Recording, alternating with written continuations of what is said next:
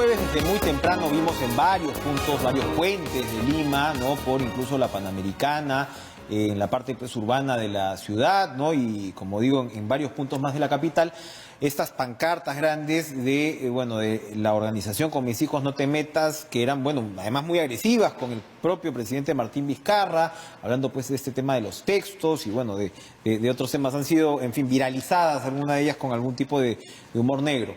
Pero, de hecho, pues esta campaña redobla ahora mismo a propósito del tema de los textos y demás, y le damos la bienvenida a la doctora Madeleine Zúñiga. Ella es directora de la campaña por el derecho a la educación en el Perú y miembro del colectivo Educación e Igualdad. Y yo intuyo, buenas noches, doctora Zúñiga, que usted está del otro lado del puente.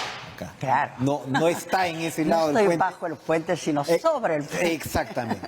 Entonces, cuéntenos cuál es la posición del colectivo Educación e Igualdad. Cuéntenos primero quién integra este colectivo y cuál es la idea que ustedes quieren expresar en esta situación. Claro. Bueno, el colectivo tiene una membresía muy rica, la verdad, porque allí estamos colectivos y personas, todas defensoras del derecho humano universal a la educación. Y específica, la campaña peruana por el derecho a la educación se interesa en todos los derechos de todas las personas para una educación de calidad, inclusiva, etcétera. Y el colectivo Educación e Igualdad tiene además excelentes académicos y expertos en currículo, pero otras organizaciones que trabajan directamente con escuelas y con organizaciones de base. No solamente escuelas aquí en Lima, sino también escuelas en otros departamentos o regiones, como las llamamos ahora, ¿verdad? También con diferentes clases sociales, eso es importantísimo, y especialmente con secundaria y primaria. Es realmente y con grupos de madres también. Hay un grupo importante que se llama Madres en Acción, en respuesta a los famosos Padres en Acción, ¿no es cierto? Y lo interesante del caso es que el grupo ha ido creciendo, ¿no? ¿Cuántos miembros tienen más o menos aproximadamente? Difícil decir en términos de números de personas, pero de colectivos, no sé, llegaremos a 100 o más. La campaña peruana nomás tiene como 20 miembros. ¿Ustedes dirían que han sido una mayoría silenciosa o representan a una mayoría silenciosa? Porque claro, uno a partir de las encuestas, que siempre hay que tomarlas con cuidado y demás, a partir de las encuestas ves que el 82% me parece esta última, si no estoy mal de Ipsos, si no estoy mal, se refiere a una... Sí, es Ipsos. Aprueba. Es Ipsos. Aprueba el tema del enfoque de género. Claro. Claro que sí. Pero para esta minoría supuesta, esto se trata de ideología de género y que se está imponiendo una serie de criterios, ¿no? Que, bueno, los padres no aceptan para con sus hijos. ¿Cuál es la posición del colectivo en este caso? Bueno, la posición nuestra es negar la existencia siquiera de una ideología de género, ¿no? Cuando ellos dicen nos tratan de imponer, en realidad es al revés. Son ellos los que tratan de imponer su posición contraria a la aceptación de que las sociedades en general, y la peruana es un ejemplo maravilloso, es diversa en todo sentido. Y que lo que tenemos que aprender para ser una sociedad que se acerca a ser una sociedad justa, democrática y equitativa, es aprender a respetar a todas las personas en todas sus diversidades. Si usted tiene que resumir la posición de la otra orilla, esa posición que usted me dice que quieren imponer a la educación en general, ¿cuál es esa? ¿Cuál es esa posición? Una posición completamente cerrada de la sociedad en general, donde solo aceptan la diferencia biológica entre hombres y mujeres, solo la biológica, y en eso basan todo su pensamiento. O sea, a partir de esta diferencia biológica se establecen roles. Claro, y además dentro de eso está que ellos aceptan los estereotipos del famoso patriarcado o machismo, que es lo que nos tiene a nosotros sumidos realmente en posiciones muy retrógradas y poco coadyuvantes a una sociedad en desarrollo.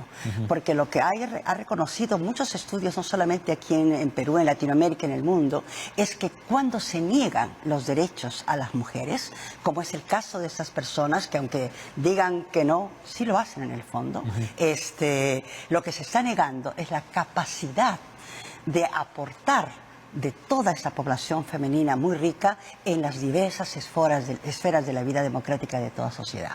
Podemos tener y tenemos excelentes abogadas, arquitectas, economistas, maestras, etcétera, ¿verdad? Pero las oportunidades que han tenido las mujeres a lo largo de la historia para desarrollar todas sus capacidades han sido muy pocas. Esta parte dice además que, bueno, lo que se pretende impartir en educación sexual y todo, bueno, estuvo el debate los libros, que en realidad es el debate de un link, ¿no? Exacto. Es el debate de un link, sí. hay que recordarlo. Pero dicen que, y lo veíamos ayer por las pancartas, o eso se entendía, que lo que se quiere transmitir es una idea de sexualidad muy cruda, claro, para niños y jóvenes que no deberían recibir a tales edades esa información. Claro. ¿Qué nos dicen al respecto ustedes? Mire, la verdad es que ellos son los que han hecho tal propaganda a lo que son a los actos sexuales naturales, normales entre hombre y mujer, que yo creo que ellos son los que han despertado muchísima curiosidad. ¿Morbo? Casi, porque cualquier niño que sabe leer y pasa y ve esos carteles se va a quedar... ¿Qué es Papi, eso? ¿qué es eso? Explícame, ¿qué es eso? Y los más grandecitos ya se habrán metido al Google a encontrar qué cosa es eso, ¿verdad? Entonces, se hablaba de sexualidad a toda costa, se hablaba de otro acto que no lo vamos a reproducir acá. Realmente, igual exactamente, estamos, ¿no? Pero ha sido son tan irresponsables.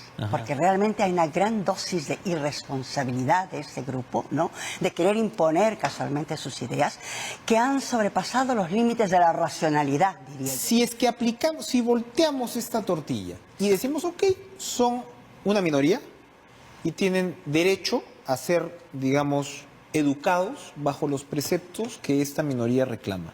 No. O sea, la educación pública no tendría que tomar en cuenta, digamos... No se trata de eso. Ellos tienen todo el derecho de expresar lo que piensan. ¿Ya? Eso nadie se los va a negar. Todo el derecho. Inclusive tienen derecho a participar en la emisión de políticas, ¿no es cierto? Pero no quiere decir con eso que pueden imponer su forma de pensar, que es antidemocrática. Es antiderecho, porque en el fondo lo que ellos quieren es enseñar a discriminar. Dentro de toda esa fuerza con que se expresan sus ideas, escuché hace poquito una entrevista que hubo de una persona enredadísima tratando de explicar lo que era ideología de género, ¿verdad? Porque en realidad es una falsedad. Pero entonces le repito, ellos no tienen derecho a educar a ningún niño en antiderechos. Incluso a los suyos. Porque eso es lo que dicen. Estos son mis hijos y en mi casa se hace lo que yo digo. Claro, no. Eso, por ejemplo, lo que usted ha dicho es la típica actitud de una patriarcal, donde... La estoy actuando, por si acaso, no es la mía. Espero. Espero. No, es la típica actitud del padre que de alguna manera castra las posibilidades de desarrollo de sus hijos. Que son su propiedad, puede hacer con ellos lo que quiera, y mire, tristemente, ¿no? Ahora, muchos abusan de sus hijos. Doctora, pero este es un debate, yo no sé si mundial, pero internacional. Sí, esto está en todas partes. Hay que recordar que esto no es un patrimonio peruano. No. Afortunadamente en este caso, ¿no? Estamos... Felizmente.